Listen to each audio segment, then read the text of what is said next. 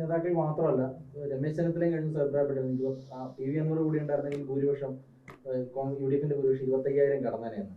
പക്ഷേ പ്രതിപക്ഷ നേതാവ് ഇപ്പോഴും താങ്കൾ അടഞ്ഞ അധ്യായം എന്നാണ് പറയുന്നത്. എന്താണ് ശരിക്കും സംഭവിച്ചോട്ടെ? ഇതൊരു അക്കാര്യത്തിൽ നിങ്ങൾക്ക് ഒരു വ്യക്തതയുണ്ടോ? അല്ലെങ്കിൽ ഞാൻ ആ ഭാഗമൊക്കെ വിട്ടല്ലോ. എൻ്റെ പണി ഇപ്പം എന്താ എൻ്റെ പാർട്ടി ഉണ്ടാക്കുക. ഞാനിപ്പോൾ വയനാട്ടിൽ വന്ന എന്താ ഈ വിഷയത്തിലാണ്. മറ്റന്നാൾ ഞാൻ ഇടുക്കിയിലാണ്. ജനങ്ങൾ അഭിമുഖീകരിക്കുന്ന ഒട്ടനവധി വിഷയങ്ങളുണ്ട്. പ്രത്യേകിച്ച് ഈ മലയോര മേഖലയിൽ ഞാൻ കഴിഞ്ഞ 2011 മാധവ് ഗാഡ്ഗിൽ കമ്മീഷൻ റിപ്പോർട്ട് വരും നടപ്പിലാക്കാനുള്ള സാധ്യതയുണ്ട് എന്നറിഞ്ഞ 2011 തുടങ്ങിയ പോരാട്ടം ഞാൻ ഇന്നും ഇന്നലെയും തുടങ്ങിയതല്ല. അപ്പം അന്ന് സുപ്രീം കോടതിയിലും ഗ്രീൻ ട്രിബ്യൂണലും കക്ഷി ചേർന്നിട്ടുള്ള വ്യക്തിയാണ് ഞാൻ.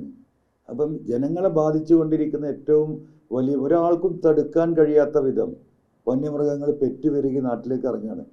കേരളം തുറന്നിട്ട സൂ ആകും എന്ന്, മൃഗശാലയാകും എന്ന് ഞാൻ പറഞ്ഞിട്ട് 4 വർഷമായി. ഇപ്പം നിങ്ങളൊക്കെ അത് അനുഭവിച്ചുകൊണ്ടിരിക്കുക. ഈ ഇരിക്കുന്ന ഞാനും നിങ്ങളും നാളെ രാവിലെ വയനാട്ടിൽ ജീവിച്ചിരിപ്പുണ്ട് എന്ന് നമുക്ക് പറയാൻ കഴിയില്ല. പണ്ട് ആനയായിരുന്നെങ്കിൽ ഇപ്പോൾ കടുവയും പുലിയാണ്. ഒരാൾക്കും അത് വരുന്നത് കാണാനും കേൾക്കാനും പോലും കഴിയില്ല. ഒരു എന്താ പറയുക, ഒരു കഷ്ണം പേപ്പർ നിലത്തിട്ടാൽ അതിനൊരു ശബ്ദം ഉണ്ടാവും. ആ ശബ്ദം പോലും ഇല്ലാതെ ആണ് എന്താ പറയുക ഈ ജീവികൾ സഞ്ചരിക്കുന്നത്. ബാക്കിൽ വന്ന് പെരടി പിടിക്കുമ്പോഴേ നമുക്കത് അറിയാൻ കഴിയുള്ളൂ. ഒരു പ്രസവത്തിൽ 3ഉം 4ഉം കുട്ടികളാണ്. അങ്ങനത്തെ 100 കണക്കിന് കടുവകളും ഈ പറയുന്ന മൃഗങ്ങളും പെറ്റുപെരുകയാണ് ഈ നാട്ടിൽ. അവർക്ക് തിന്നാനൊരു ഭക്ഷണം കാട്ടിൻ്റെ അകത്തില്ല. സ്വാഭാവികമായിട്ടും പട്ടിണി കിടന്നാൽ എങ്ങോട്ടാണ് വരിക? മനുഷ്യവാസ പ്രദേശത്തേക്ക് വരും. നാട്ടിലുള്ള ആടിനെയും പശുവിനെയും ഒക്കെ തിന്ന് കഴിഞ്ഞാൽ അടുത്ത പിന്നെ മനുഷ്യനാണ് ബാക്കിയില്ല. എപ്പോഴേ മനുഷ്യനെ പിടിച്ചുകൊണ്ടിരിക്കുക.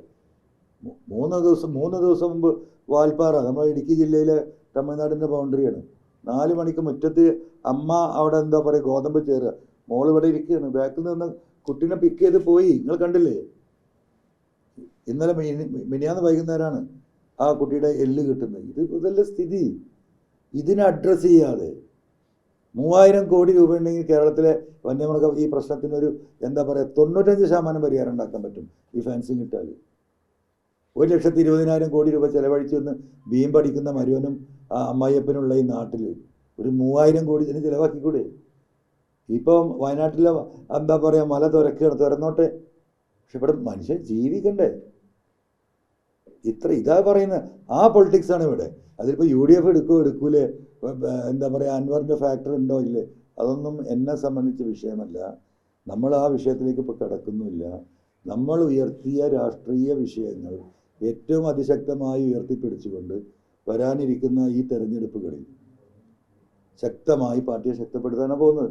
ഞങ്ങൾ ഒരാഴ്ച കഴിഞ്ഞാൽ ഒരു മലയോര ജില്ല രൂപീകരിക്കണം എന്ന ആവശ്യം ഉന്നയിച്ചുകൊണ്ട് മലപ്പുറം കോഴിക്കോട് ജില്ലയിൽ ഒരാഴ്ച നീണ്ടു നിൽക്കുന്ന വലിയ എന്താ പറയുക ബോധവൽക്കരണ ജാഥക്ക് നമ്മൾ പ്ലാൻ ചെയ്തുകൊണ്ടിരിക്കുകയാണ്. അപ്പോൾ അത്തരത്തിലുള്ള വിഷയങ്ങളിലേക്ക് നമ്മൾ കിടക്കുകയാണ്. ഞാൻ എൻ്റെ അടുത്ത് ആരും ചർച്ചയ്ക്ക് വന്നിട്ടില്ലല്ലോ. ഈ പത്രത്തിലും TV-യിലും കാണുന്നതിന് മറുപടി പറയണ്ടല്ലോ. അപ്പോൾ നമ്മൾക്കിപ്പോൾ ഇനി അതിൻ്റെ സമയമല്ല. അതൊരു 3-4 മാസം അത് പറഞ്ഞ് സമയം കളഞ്ഞു. ഇനി അതിനില്ല. നമ്മൾ നമ്മുടെ രാഷ്ട്രീയമായിട്ട് പോകുന്നു. ആ രാഷ്ട്രീയമായിട്ട് തെരഞ്ഞെടുപ്പുകൾ നടക്കട്ടെ, ജനങ്ങൾ തീരുമാനിക്കട്ടെ, എന്നിട്ട് നമുക്കത് നോക്കാന്നേ. എന്തെങ്കിലും ഒരു നിലമ്പൂർ എന്ന് പറയുന്നത് ഈ വയനാട്ടിൽ ഇപ്പോൾ ഈ ഇരിക്കുന്ന കൽപ്പറ്റയിൽ 2014 ഒന്നുമല്ലാത്ത കാലത്ത് ഞാൻ മത്സരിച്ചെന്ന് 4800 വോട്ട് ഈ മണ്ഡലത്തിൽ കിട്ടിയിട്ടുണ്ട് 2014. അപ്പോൾ നിങ്ങൾ ഈ നിലമ്പൂരല്ല, അത് കേരളത്തിലെ 140 മണ്ഡലങ്ങളിൽ ഈ രാഷ്ട്രീയമുണ്ട്. അതായി പറയുന്നത്. അത് ഈ പറയുന്ന ഈ ത്രിതല പഞ്ചായത്ത് തിരഞ്ഞെടുപ്പിൽ 2000-ഓളം വാർഡുകളുണ്ട്. 16,862 വാർഡുണ്ട് പഞ്ചായത്തുകൾക്ക്. അതേപോലെ തന്നെ 3000-ഓളം 2600-ഓളം വാർഡുകൾ വരുന്നുണ്ട് ബ്ലോക്ക് പഞ്ചായത്തിന്. മുനിസിപ്പാലിറ്റി കോർപ്പറേഷൻ 480-ഓളം സീറ്റുണ്ട്. എല്ലാം കൂടെ 20,000 to 21,000 ആളുകൾ ജനങ്ങളുടെ തിരഞ്ഞെടുപ്പാണ്, സാധാരണക്കാരുടെ തിരഞ്ഞെടുപ്പാണ് ഈ പറയുന്ന ത്രിതല തിരഞ്ഞെടുപ്പിൽ. ഞങ്ങൾ ഈ മുഴുവൻ വാർഡിലും മത്സരിക്കാൻ താല്പര്യമുള്ളവരെ കണ്ടെത്തും. ഞങ്ങൾ മുഴുവൻ വാർഡിൽ തൃണമൂൽ കോൺഗ്രസ് സ്ഥാനാർത്ഥികളായിട്ടായിരിക്കും മത്സരിക്കുന്നത്. നമ്മളൊരു ജനകീയ മുന്നണി ഉണ്ടാവും. തൃണമൂൽ അതിനെ ആഡ് ചെയ്യും. ഇപ്പം നിലമ്പൂർ നമ്മൾ മത്സരിച്ചതുപോലെ തന്നെ നമ്മളൊരു ജനകീയ മുന്നണി നമ്മളിവിടെ പലരുമായി നമ്മൾ സംസാരിച്ചു കൊണ്ടിരിക്കുന്നുണ്ട്. ചെറുകിട കക്ഷികൾ, അതൊക്കെ നിങ്ങൾ കാണുമ്പോൾ നിങ്ങൾക്ക് തോന്നും മീശ മുളക്കാത്ത കുട്ടികളാണ് ആ സംഘടനകളൊക്കെ. പക്ഷേ അതിന് എത്രത്തോളം വേരുകളുണ്ട് എന്നുള്ളത് ഈ 3 മാസം കഴിയുമ്പം, ആ തെരഞ്ഞെടുപ്പ് കഴിയുമ്പോൾ നമുക്കറിയാം.